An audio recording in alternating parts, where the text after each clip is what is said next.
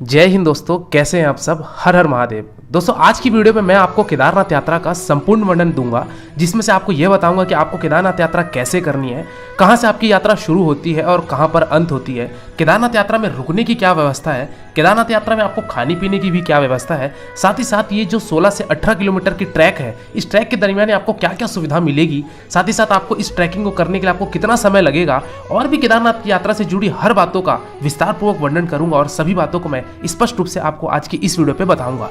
दोस्तों अभी कुछ दिनों पहले मैं केदारनाथ की ग्रुप टूर लेके गया था, यात्रावश की तरफ से ग्रुप टूर गया हुआ था। तो इस ग्रुप टूर में हमको ठंड का भी सामना करना पड़ा, तो आप पर्याप्त मात्रा में अपने गर्म कपड़े भी रखिएगा ताकि आपको किसी भी तरीके की कोई कठिनाई ना हो केदारनाथ यात्रा करने के लिए। तो दोस्तों आज की वीडियो में मैं आपको हर एक चीज बताऊंगा, बने रहिएगा, एक एक करके सारी बातों को विस्तारपूर्वक वर्णन करता हूं, जिससे आपको केदारनाथ यात्रा करने के लिए काफी सहूलियत मिले और आपका कुल खर्चा भी कम आ जाए। और एक चीज बताना चाहूंगा दोस्तों आपको कि अभी मैंने कुछ दिन पहले एक और वीडियो निकाली थी केदारनाथ यात्रा की, लेकिन वो जो वीडियो थी वो केदारनाथ के कपाट खुलने साथ ही जो चीजें थी और जो उनकी रेट्स थी वो मैंने वीडियो बनाई थी। लेकिन अभी जो मौजूदा स्थिति है, करंट जो रेट्स चल रहे हैं, प्राइस चल रहे हैं, वो सबकी इस वीडियो में मैं आपको जानकारी दूंगा। चलिए वीडियो को आरंभ करते हैं। हर हर महादेव। तो दोस्तों यात्रा शुरू होती है मेरी हरिद्वार से। मैं ट्रेन के माध्यम से विभिन्न शहरों से अगर आप आना चाहते हैं तो ट्रेन के माध्यम से आप हरिद्वार पहुंच सकते हैं, या नहीं तो चाहे योग नगरी ऋषिकेश भी पहुंच सकते हैं। तो दोस्तों मेरी यात्रा शुरू होती है हरिद्वार से और मैं हरिद्वार उतरा रेलवे स्टेशन में, और रेलवे स्टेशन के ठीक सामने बना हुआ है बस स्टैंड। तो मैं वहाँ से बस टैक्सी जो भी मुझे वहाँ से मिली वो मैं हायर करके वहाँ से मैं अपने सोनप्रयाग के लिए प्रस्थान कर पड़ा, क्योंकि मेरी जो होटल बुक थी वो सीतापुर में थी। हालांकि सीतापुर और सोनप्रयाग दोनों 1 से 1.5 किलोमीटर के फासले पे हैं, तो मैं सीतापुर में मेरी होटल बुक थी, और सोनप्रयाग से आपको मालूम है कि आपको वहाँ से बुलेरो सूमो जो कि उत्तराखंड गवर्नमेंट द्वारा चलती है, वहाँ से आपको जाना पड़ता है गौरीकुंड। तो मैं यहाँ से बस पकड़ा, जो कि मेरी बस जानी थी सोनप्रयाग तक। तो यहाँ से आपको सोनप्रयाग जाने में लगभग 8 से 9 घंटे लगते हैं, अगर आपको ट्रैफिक जैम नहीं मिला तो। वही अगर आपको ट्रैफिक जैम ज़्यादा मिलता है तो फिर आपको उतना ही विलम्ब होता जाएगा। दोस्तों बस का किराया जो था सोनप्रयाग तक का, दोस्तों वो था आपका 600 रुपये। और मैं ये जो बस बुक किया हुआ था, ये बस बुक किया था मैंने redbus.com से, जो कि आपका 600 रुपये पुशबैक सीट होती है, 600 रुपये पर पर्सन होता है, और वो आपको सोनप्रयाग 8 से 9 घंटे में छोड़ देगी अगर आपका ट्रैफिक जैम नहीं लगा तो। इस पूरे रोड जर्नी का आप आनंद उठाते जाएंगे, क्योंकि यहाँ से आपको प्राकृतिक दृश्य दिखेगा, बगल में आपकी गंगा नदी दिखेगी और साथ ही साथ एक साइड आपका पर्वत दिखेगा। तो ये जो सफ़र है बहुत ही ज़्यादा सुहाना होने वाला है। तो ये सफ़र आप आराम से 8 से 9 घंटे में बिता सकेंगे। लेकिन आपको सोनप्रयाग पहुंचने से पहले भी आपको 2 चीज़ों का और भी दर्शनीय स्थल है। चलिए आइए मैं उसके बारे में भी आपको बताता हूँ, ताकि अगर आप केदारनाथ आना चाहते हैं तो ये चीज़ों का भी आप आनंद उठाते चलें। सबसे पहला चीज़ है दोस्तों वहाँ पर धारी देवी का टेम्पल। दोस्तों ये धारी देवी का टेम्पल जो है ये आपके गंगा नदी के बीचों बीच में बनाया गया है, और ये टेम्पल पहले पानी में ही हुआ करता था। लेकिन जब डैम बना रुद्रप्रयाग का, तो रुद्रप्रयाग के डैम की वजह से पानी का जल स्तर काफ़ी ज़्यादा ऊंचा हो गया। इस वजह से इस मंदिर को जल स्तर से उठाकर कुछ हाइट पर रखना चाहा, और पंडितों द्वारा इस मूर्ति को उठाने का प्रयास किया गया। लेकिन ये मूर्ति उठी नहीं, क्योंकि माता की शक्ति बहुत ज़्यादा थी और किसी के सामने चली नहीं। बट बहुत पूजा अर्चना करने के बाद, यज्ञ करवाने के बाद पंडितों द्वारा एक 11 साल की कन्या से ये धारी देवी माता का मूर्ति को उठवाया गया, और तब जाके वो उठा। और जिस दिन ये मूर्ति उठी आपकी, वो डेट था 16 जून 2013, और इसी दिन आपके केदारनाथ में महाप्रलय आया था। आप सभी को वो प्रलय तो मेरे ख्याल से याद होगा। तो दोस्तों ये वही दिन था जब धारी माता की मूर्ति को उठाया गया और उधर केदारनाथ में महाप्रलय आ गया, जो कि डेट था 16 जून 2013।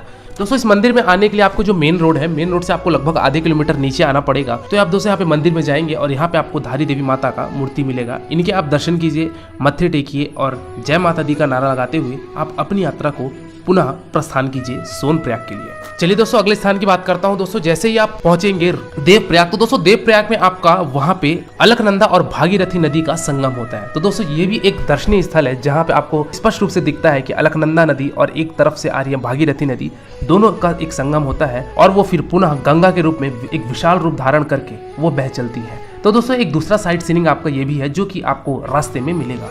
तो दोस्तों जैसे तैसे करके आप 8 से 9 घंटे में पहुंचेंगे सोनप्रयाग, और सोनप्रयाग में आप स्टे ले लीजिए। दोस्तों सोनप्रयाग में ही आपके बस पार्किंग है। अगर आप प्राइवेट व्हीकल से आ रहे हैं तो वहाँ पे आपको खुद की गाड़ी का भी आपको पार्किंग स्थल देखने को मिलेगा। तो आप सीतापुर में चाहे तो वहाँ भी स्टे कर सकते हैं अपनी गाड़ियों का, या नहीं तो चाहे तो आप सोनप्रयाग में आके अपनी गाड़ी पार्क कर सकते हैं। तो आपको दोनों ही जगह पे आपको पार्किंग मिलेगी, और आप वहाँ पे अपना स्टे बना सकते हैं जहाँ भी आपके होटल्स बुक हो। तो चलिए दोस्तों अगली बात करते हैं कि हमको अब रुकना कहाँ है और हमको क्या टैरिफ पड़ेगा।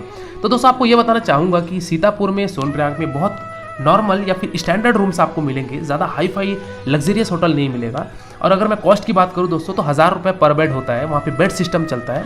1000 रुपये बेड, 1200 रुपये बेड में आपको आराम से वहाँ स्टे कर सकते हैं। ऑफलाइन बुकिंग आप मत कीजिए, जो भी आप ऑनलाइन बुकिंग ही करके आइए ताकि आपको रूम के लिए ज़्यादा भटकना ना पड़े। और यहाँ पे आप नॉर्मल होटल रहते हैं, नीट एंड क्लीन होटल रहते हैं, बट जो भी रहता है वो एक नॉर्मल या फिर स्टैंडर्ड होटल रहता है। और उस रात आप विश्राम कीजिए और अगली सुबह उठिए। सोनप्रयाग से अब हमको चलना है गौरीकुंड के लिए, लेकिन सोनप्रयाग से गौरीकुंड जाने के लिए आपको यहाँ पे बुलेरो सुमो का लाइन लगेगा।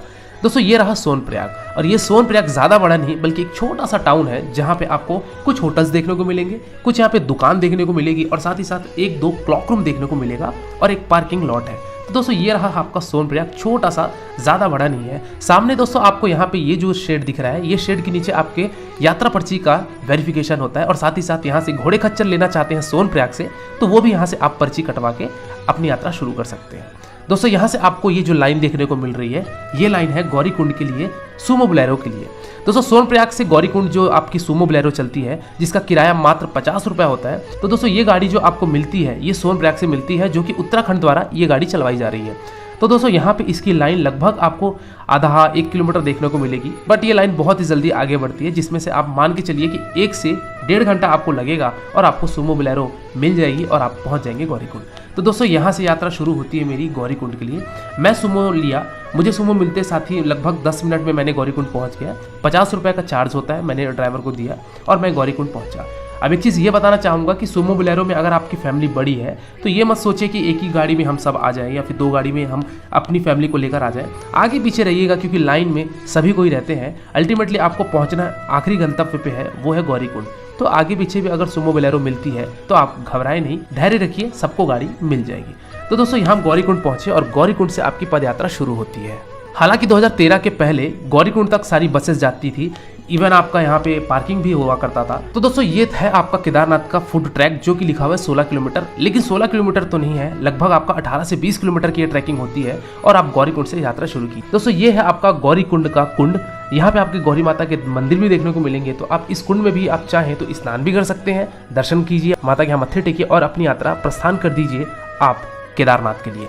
यहाँ से आपकी पदयात्रा शुरू होती है। चलिए आइए मैं घोड़े खच्चर की भी रेट बता देता हूँ। दोस्तों पुराने रेट छोड़ दीजिए, नए रेट अगर मैं बात करूँ तो दोस्तों जो गौरीकुंड से आपका केदारनाथ का जो घोड़े खच्चर का चार्ज होता है वो आपका लेते हैं 2500 रुपए लेते हैं, यानी कि 2500 रुपए लेते हैं एक बार का, और रिटर्न का लेते हैं वो 1740 रुपए। वही अगर मैं दोस्तों बात करूँ आपकी डोली की या फिर आपकी बात करूँ पालकी की तो वो वजन के हिसाब से होता है, जो कि उसका रेट भी 7000 से 9000 10,000 रुपए होता है डोली का और पालकी का। तो आप चाहें तो ये सब चीजें ले सकते हैं। और मेरी यात्रा शुरू हो जाती है केदारनाथ के लिए। 1 किलोमीटर की मैंने ये यात्रा करी। दोस्तों हम कुछ पैदल यात्रा शुरू करने के बाद हमारा केदारनाथ की जो दूरी है वो लगभग 10.5 किलोमीटर अभी और भी बची हुई है। आपको वहाँ पे आगे भीमबली आएगा और भीमबली दोस्तों वो स्थान है जहाँ से आपको बहुत ज़्यादा हैवी चढ़ाई देखने को मिलेगी। भीमबली दोस्तों आपको एक पुल पार करना है और पुल के बाद आपकी जो बची हुई यात्रा रहेगी वो यात्रा आपकी इतनी दुर्लभ रहेगी कि आपकी सांस बहुत ज़्यादा फूलेगी और आप 100-200 मीटर से ज़्यादा एक बार में एक सांस में नहीं चल पाएंगे। चलिए आइए आगे का सीन मैं आपको और भी दिखाता हूँ। दोस्तों आगे आप जैसे चलेंगे तो आपको भीमबली से थोड़ा सा पहले आपको एक GMVN का वहाँ पे आपको रेस्टोरेंट मिलेगा। तो अगर आप भोजन करना चाहते हैं तो GMVN के वहाँ पे आप ठहर के अपना भोजन भी कर सकते हैं, या फिर चाहें तो आप कुछ वहाँ पे नाश्ते के रूप में भी कर सकते हैं। दोस्तों जगह जगह पे आपको वहाँ पे नींबू पानी, चाय की व्यवस्था, वॉशरूम की व्यवस्था, पानी पीने की व्यवस्था, हर प्रकार की आपको व्यवस्था मिलेगी। इवन आपको वहाँ पे RO का गर्म पानी भी आपको मिलेगा। तो अगर आप गर्म पानी भी पीना चाहते हैं तो उन सभी चीज़ों की आपको वहाँ पे बंदोबस्त देखने को मिल जाएगी, जो कि GMVN द्वारा है। हर हर महादेव दोस्तों, अभी हम लोग ट्रैकिंग कर रहे थे तो आपको यहाँ पे देख सकते हैं ग्लेशियर भी मिलेगी, जो कि ये सफ़ेद की जगह थोड़ी सी काली भी हो रखी है क्योंकि यहाँ पे घोड़ों खच्चर का आवागमन बहुत ज़्यादा है, इसलिए यहाँ पे आपको थोड़ा सा ये स्नो की जो क्लियरिटी है वो उतनी अच्छी नहीं है। तो अगर आप चाहें तो ये स्नो का भी आनंद ले सकते हैं। अभी हम लोग यहाँ पे फिलहाल मई मंथ में हैं, तो देखते हैं कि अभी ये स्नो कब तक रहती है। हो सकता है कि मई महीने तक तो पूरा रहे, एंडिंग अक्टूबर सितंबर आने तक तब तो बहुत ज़्यादा स्नो रहती नहीं है, मेल्ट हो जाती है ऑलमोस्ट। और देख सकते हैं कि ऊपर पर्वत से पूरे ग्लेशियर्स जो हैं ये पूरे इकट्ठा हो चलते हैं, तो आपको जगह जगह पर ये सब नज़ारे भी देखने को मिलेंगे। हर हर महादेव। दोस्तों जैसे जैसे आप अपनी चढ़ाई आगे करते जाएंगे वैसे ही आपको वहाँ पे प्राकृतिक सौंदर्य बहुत ही ज़्यादा शानदार देखने को मिलेगा। जैसे एक बर्फ ग्लेशियर हो गई, आपके पर्वतीय रास्ते हो गए, साथ ही साथ आपकी वहाँ की ब्यूटी, वहाँ के पर्वत, महादेव का जो ट्रैकिंग यात्रा है बहुत ही शानदार, अनोखा और बेहद शानदार हो जाता है। तो आप हर हर महादेव का नाम लेते हुए आप महादेव की तरफ प्रस्थान करते चलिए। और हमको लगभग ये यात्रा करने में 9 से 10 घंटे लग गए। अगर आप आराम से भी यात्रा करेंगे तो आप मान के चलिए कि 10 घंटा तो आपको लगने ही है। अदरवाइज अगर आप और आराम से यात्रा करेंगे तो 11 घंटे भी लग सकते हैं। दोस्तों एक चीज से आप जरूर सावधान रहिएगा, घोड़े खच्चर का आवागमन बहुत ज्यादा है। कहीं कहीं पे तो आपको ऐसा प्रतीत होगा कि इंसानों से ज्यादा तो घोड़े खच्चर का आवागमन है, तो उनसे थोड़ा सा बच के रहिएगा, क्योंकि रास्ते में कहीं कहीं रेलिंग नहीं है, एक साइड खाई है, दूसरी साइड आपके घोड़े खच्चर है। तो थोड़ा सावधानी पूर्वक आप चलिएगा, क्योंकि हम सभी को इन सब चीजों का बहुत ज्यादा कठिनाइयों का सामना करना पड़ा। तो आप हिसाब से चलिएगा और अपने आप का भी ख्याल रखिएगा। सबसे बड़ा प्रश्न दोस्तों भक्तों को मन में ये आता है कि केदारनाथ में ऊपर स्टे की क्या व्यवस्था है। तो दोस्तों मैं आपको बताना चाहूंगा कि जैसे ही आप अपनी यात्रा करते जाएंगे तो आपको एक बेस कैंप मिलेगा, और इस बेस कैंप पे आपको दोस्तों हाउस हट मिलेंगे और साथ ही साथ आपको टेंट की भी व्यवस्था मिलेगी। हाउस हट की बुकिंग और टेंट की बुकिंग आपकी GMVN की ऑनलाइन वेबसाइट है एक, उस वेबसाइट में जाके आप अपनी बुकिंग करवा सकते हैं। हाउस हट अगर आपको नहीं मिलता है तो आपको टेंट मिल जाएगा, 400 रुपये पर बेड पर नाइट मिलता है। और इस टेंट में आपके लगभग 10 लोग रहेंगे, जो कि एक डॉर्मेट्री सर्विसेज कह सकते हैं। यहाँ पे आपको गद्दे रजाई दोनों ही दिए जाएंगे, तो आप इस टेंट में अपना स्टे बनाकर अपनी रात गुजार सकते हैं अगर आपकी बुकिंग नहीं हो पाई है अगर होटल्स में। तो वही अगर बात की जाए प्राइवेट होटल्स की, तो प्राइवेट होटल्स भी बहुत लिमिटेड है, जिसकी जानकारी अभी आगे मैं आपको वीडियो पर दूंगा और दिखाऊंगा भी।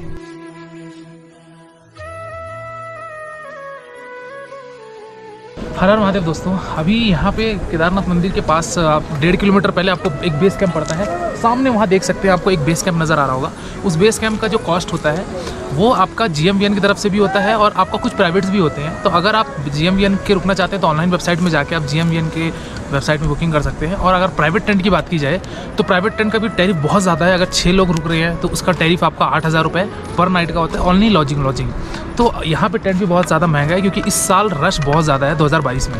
तो दोस्तों यहाँ पे केदारनाथ मंदिर कैंपस के सामने यहाँ पे मैं हूँ, और आप जो भी बुकिंग करवाना चाहते हैं पहले बुकिंग करा लीजिएगा, क्योंकि होटल्स के बहुत ज़्यादा यहाँ पे प्रॉब्लम हो रही है। हर हर दोस्तों मंदिर से ठीक आधा किलोमीटर पहले आपका एक पड़ता है हेलीपैड, और इसी हेलीपैड में आपकी जो गुप्तकाशी, सिरसी, फाटा ये सबसे जो उड़ान भरती है हेलीकॉप्टर, वो इसी हेलीपैड पे आगे उतरती है। और इस हेलीपैड में उतरने के बाद जो यहाँ यात्री उतरते हैं वो इस लाइन में लगकर महादेव के दर्शन करते हैं, क्योंकि हेलीकॉप्टर की जिसकी बुकिंग होती है दोस्तों उनको दर्शन करने के लिए टाइम काफ़ी कम दिया जाता है। तो यहाँ पे 1 बाय 1 हेलीकॉप्टर आती है, यहाँ पे सवारी को उतारती है और उन सवारी को उठाकर वापस गुप्तकाशी लेके जाती है।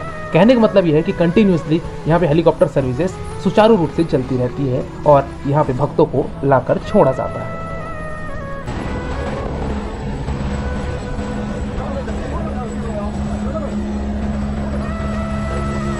तो दोस्तों ये है हमारे महादेव का मंदिर प्रांगण, जिसका हम बेसब्री से इंतजार कर रहे थे। काफ़ी मशक्कत के बाद हमको महादेव के मंदिर के दर्शन हुए और हम कतार में भी लगकर महादेव के दर्शन अवश्य करेंगे। लेकिन पहले हर हर महादेव का जोर से आप कमेंट सेक्शन में नारे लगा दीजिए।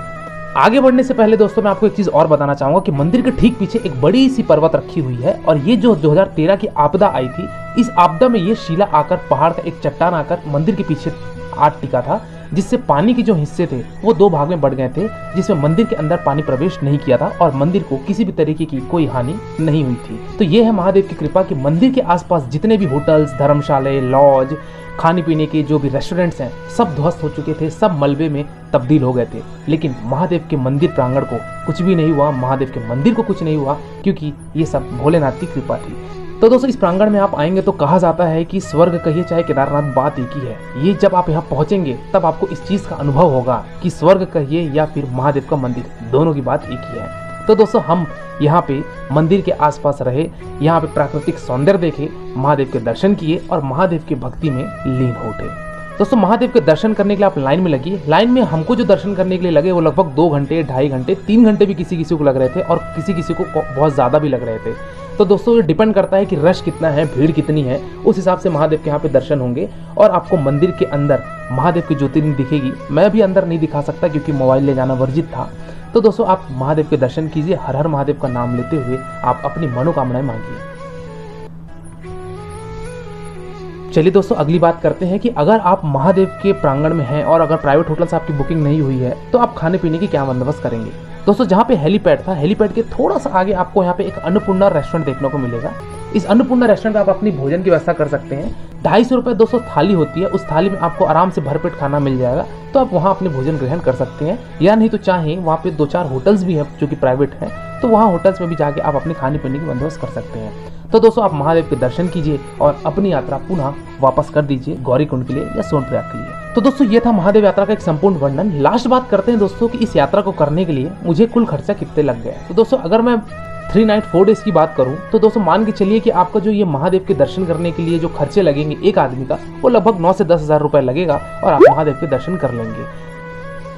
तो दोस्तों ये था केदारनाथ यात्रा का संपूर्ण वर्णन। इसके बाद भी अगर आपको कोई डाउट है या फिर अगर आपके मन में कोई विचार है, कोई संशय है, तो आप कमेंट सेक्शन में जरूर पूछिएगा। अदरवाइज आप चाहें तो मेरे इंस्टाग्राम यात्रावास आईडी में विजिट करके जो भी आपके प्रश्न है वो प्रकट कीजिए। डेफिनेटली आपको मेरे द्वारा या मेरी टीम के द्वारा आपको रिप्लाई दिया जाएगा। आज की वीडियो में दोस्तों फिलहाल इतना ही। मिलते हैं फिर एक नई वीडियो में एक नई यात्रा के साथ, एक नए जोश के साथ। तब तक के लिए शुक्रिया।